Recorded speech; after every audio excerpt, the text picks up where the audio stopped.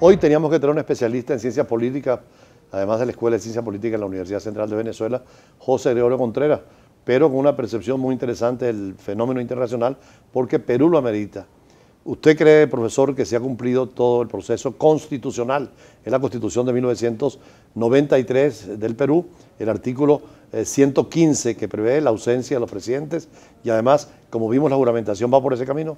Buenas tardes, embajador, y gracias nuevamente por la invitación. Sin duda, se está cumpliendo la Constitución y que creo que es lo fundamental en una democracia. Independientemente de las críticas que podamos hacer, hay que reconocer que Kuczynski ha facilitado que se dé la decisión de investigarlo y que la democracia peruana no se vea comprometida ante un presidente que se niegue a la investigación y que pudiera incluso dar o echar a la borda lo que establece la Constitución peruana. Distinto que cuando Fujimori en el 2000, en donde cuando lo iban a sancionar también en vacancia, se fue a Japón, pero el Congreso hizo lo mismo.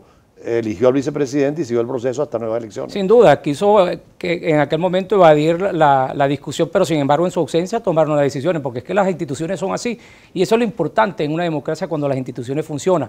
Ojalá pues que en Latinoamérica haya un fortalecimiento de las instituciones, como usted bien lo decía en el preámbulo del programa, han habido muchos casos donde se han destituido presidentes en Latinoamérica y el país ha seguido avanzando, pero no solamente que avance, que pudiéramos erradicar el fenómeno de la corrupción, que es lo que está atentando contra las democracias en Latinoamérica. Aquí se sancionó un presidente por corrupto y por una suma pequeñísima, si comparamos con los millones de dólares que ahora en muchos gobiernos hay y están implicados. Sin duda, el ejemplo que dio Carlos Andrés Pérez en aquel momento, que ha podido negarse a una decisión, porque en verdad era una cosa, como usted le ha dicho, bien pírrica y no era por decirlo, pues, lo menos, pero era un caso de corrupción que se le acusaba y Carlos Andrés aceptó la decisión de apartarse para que se hiciera una investigación. Vino Ramón Velázquez. Tomó en aquel momento el presidente J. Velázquez la transición en Venezuela. Y siguió la democracia funcionando hasta la llegada del presidente Chávez con buenas elecciones. Pero eso es lo que demuestra cuando hay precisamente contrapeso de poder en la democracia y para eso son las instituciones, para que funcione. Eso no acaba el mundo, eso no deja de que un país avance por el hecho de que un presidente renuncie y venga otro a asumir las responsabilidades. Y lo que decía el presidente Vizcarra, que es el nuevo presidente del Perú, tiene que haber separación de poderes, porque en el caso del Perú no se recurrió al Tribunal Supremo de Justicia para que dijera que el Congreso estaba en rebeldía y que no es válida la decisión del Congreso. Y los militares tampoco han intervenido para presionar en un sentido o en otro. Sin duda, pero es que el órgano fundamental en una democracia, dentro de todo, es el Parlamento. El Parlamento es el que establece ese control de decisiones porque es el órgano político. Es un órgano después del presidente de la República que es elegido por el voto popular y es quien le conviene, el que le toca cumplir la función de la legislación y del control administrativo del país. Entonces, hay que entender que estas instituciones hay que fortalecerlas cada vez más y yo creo que dentro del campo de la ciencia política, de la politología, lo que nosotros debemos abogar es precisamente por eso, porque la democracia cada vez esté más fortalecida. Pero ¿cómo se fortalece? Con instituciones fuertes, dándole precisamente esa autonomía a las instituciones y que sean los hombres que están en esas instituciones independientemente del Poder Ejecutivo y que no tengan ni nada que ver con el Poder Ejecutivo. El tema militar es interesante porque América Latina antes los militares se politizaban y apoyaban gobierno. En cambio, en el caso del Perú, que tuvo gobiernos militares de derecha y izquierda, hoy son institucionales y están en los cuarteles, no se meten en política. Eso pasó también en su momento en Venezuela, el proceso de institucionalización de las Fuerzas Armadas, y que es fundamental hacerlo, porque justamente las Fuerzas Armadas están para otro papel, y es justamente defender la República, su soberanía, no para meterse en política.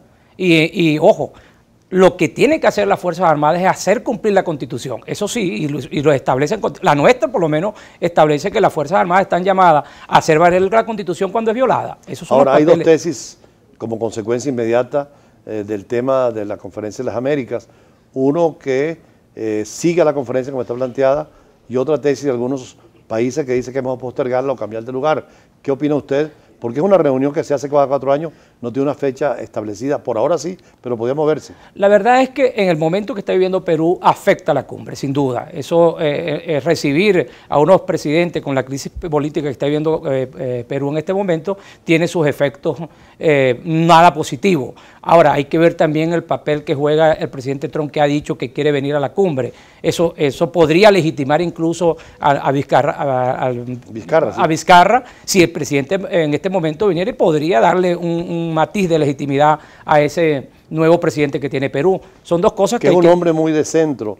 Él ha actuado siempre en función no de la extrema izquierda ni de la extrema derecha, sino también muy constitucionalista. Sí, un hombre muy moderado, un tecnócrata en sus decisiones y los tecnócratas, bueno, se basan como tecnócrata, se basa en la Constitución, queriendo llevar adelante el gobierno o el periodo del gobierno y cumplir con lo que tiene el mandato que tiene que cumplir. Inclusive algunos amigos diplomáticos en Caracas que lo conocieron en Canadá como diplomático dicen que tiene esa habilidad de los diplomáticos de poder llegar a acuerdos, de negociar y no de llegar a posiciones extremas. Sin duda, él ha demostrado ser un hombre moderado e incluso lo que se ha dicho que la línea de la política exterior de Perú sigue idéntica, que ahí no ha cambiado nada y eso es importante para el mundo de hoy que está luchando por la consolidación de democracia en países donde la democracia está amenazada y donde hay problemas de derechos humanos, donde ellos están jugando un papel fundamental y donde la comunidad internacional tiene que jugar un papel internacional y ahí donde tenemos que vernos los venezolanos reflejados. Ahora dicen que en la época del imperio incaico fueron dos hermanos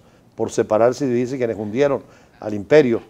En este caso son dos hermanos Fujimori que hicieron posible esta caída prácticamente. Sin duda. ¿Cómo quedaría Keiko como líder política? Lo que hay que ver, doctor, es cómo la ambición personal a veces se impone por encima de los intereses del país. Analizándolo desde acá, lo que ha hecho Keiko, bueno, a Keiko hay que verlo con mucho cuidado. Incluso no le ha importado poner en evidencia a su hermano, quitarle la legitimidad que le da al perdón presidencial que le ha dado Fujimori por su ambición personal. Además, ¿no? Ella perdió por 40.000 votos las elecciones y ha logrado destituir 6 ministros. O sea, era una guerra desde el comienzo declarada que ahora tiene su punto final. Claro, y ojo, pero también hay que tener cuidado que esa forma de hacer política no es la mejor.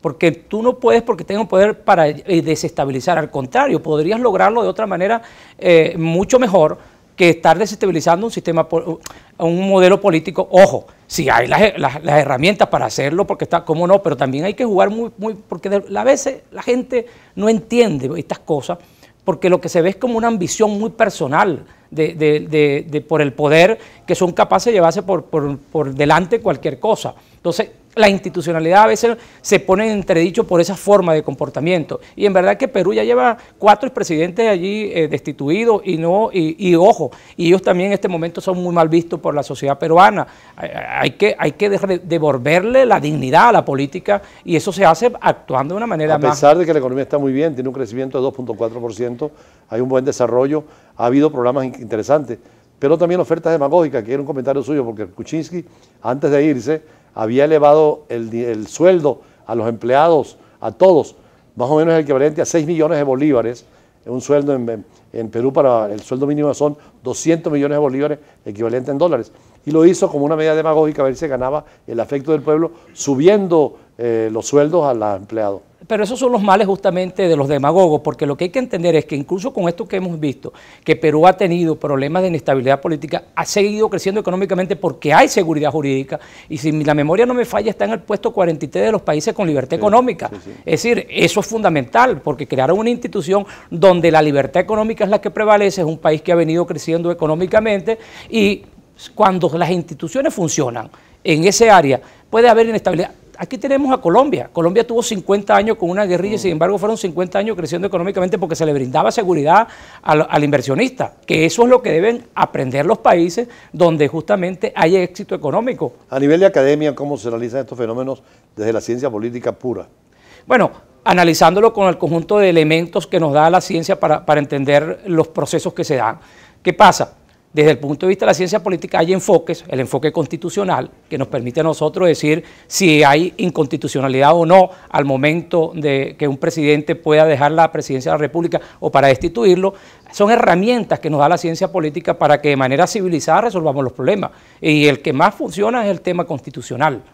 Pero también el problema de cómo el pueblo pueda participar, porque también hay ruptura entre la clase dirigente y la parte popular. Es lo que llamamos el tema de la legalidad y de la legitimidad. Es decir, el pueblo juega un papel importante porque cuando un gobierno o una institución pierde legitimidad, sin duda lo perdió todo. El papel fundamental para que una democracia funcione es que su gente confíe tanto en las instituciones como en sus gobernantes, en sus líderes.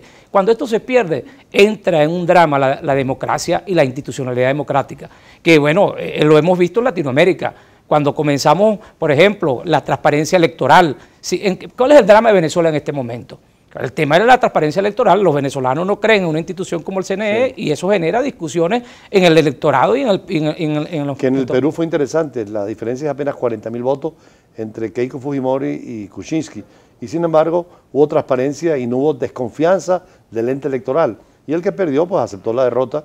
Y ahora inclusive, si hubiera nuevo proceso electoral, hay un consejo electoral muy de acuerdo con toda la fuerza política y aceptado por todos. Precisamente lo que estamos hablando, porque el CNE o el organismo electoral del Perú tiene, los peruanos tienen confianza en él.